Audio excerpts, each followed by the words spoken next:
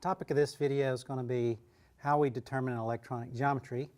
And the first thing we have to do is have some properly drawn Lewis structures, which have magically appeared on the board.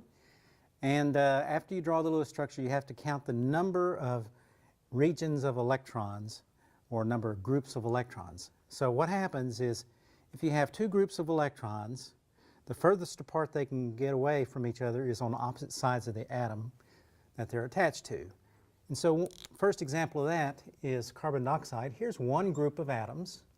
That's double bond here. All four electrons are kind of between carbon and oxygen. And then there's a second group. And the furthest away they can get away from each other is 180 degrees, which is a linear arrangement of the three atoms.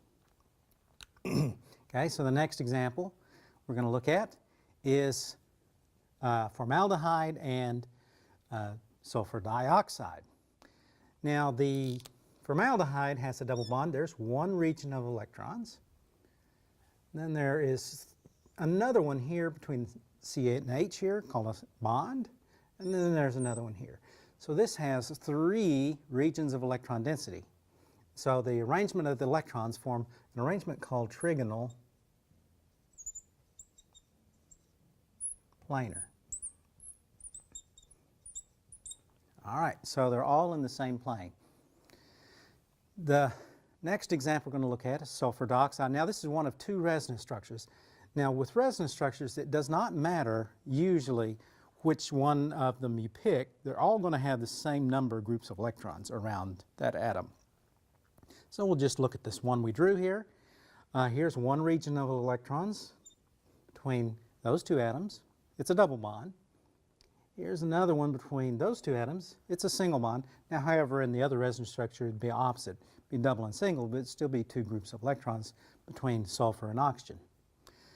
And then lastly, there's a third group, which is a lone pair. Lone pair counts as a group, single bond counts as a group, double bond counts as one group. So this also has three groups, and so it's going to have exactly the same arrangement of the electrons. The furthest away they can get apart from each other is at 120-degree angles in a trigonal planar arrangement.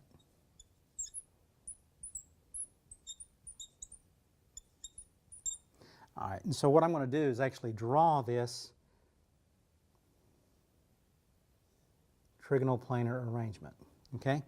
And so all the groups of electrons are in the same plane, and it's 120 degrees. This kind of looks like a bond here, so I'm going to just go ahead and erase it and make it a lone pair in this case. But if it was three bonds, you'd write three lines like this. Okay, so once you have a lone pair, of course, you no longer have an angle between two bonds. So really, you only have this angle here of 120 degrees.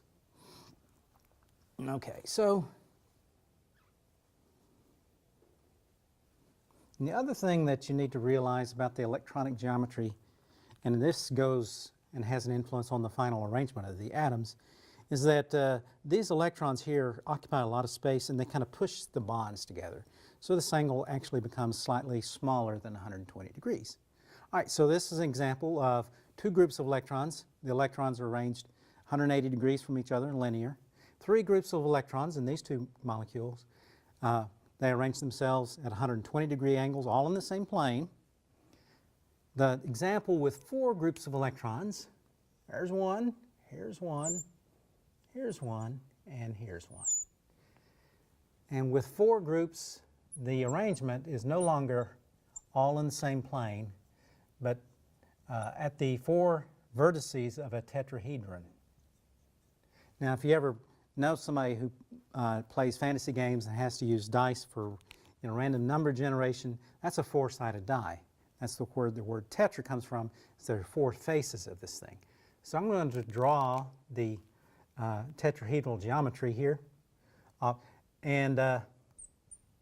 These will turn out to be the same. There's 1, 2, 3, 4 groups of electrons around the nitrogen, so it's going to be tetrahedral. So tetrahedron is the object, tetrahedral describes the shape. So you can write it however you wish. Either answer would be correct, but most people would say tetrahedral.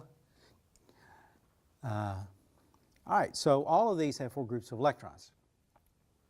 So the drawing of a tetrahedron should be like this, and I'm going to draw this one as a tetrahedron because it doesn't have any lone pairs, so it won't be as complicated. All right, so a good way to draw a tetrahedron is draw one of them up, then draw one at about a 109-degree angle. So all the angles are 109.5 degrees. All right, now they're not all in the same plane, so there's one coming out at you. So this wedge here that's colored in solid black in on a textbook page, but here kind of green. So that would be coming at you. So just like you draw perspective, things that are far away drawn small, things that are closer drawn large. So this part of the bond is larger and it's closer to you. And then you draw one that's receding, going away from you, okay? And so when you look at all the bound angles, they're all 109.5 degrees. This is 109.5, that's 109.5, that's 109.5. All right, so that's it for electronic geometry. The next topic is going to be molecule geometry.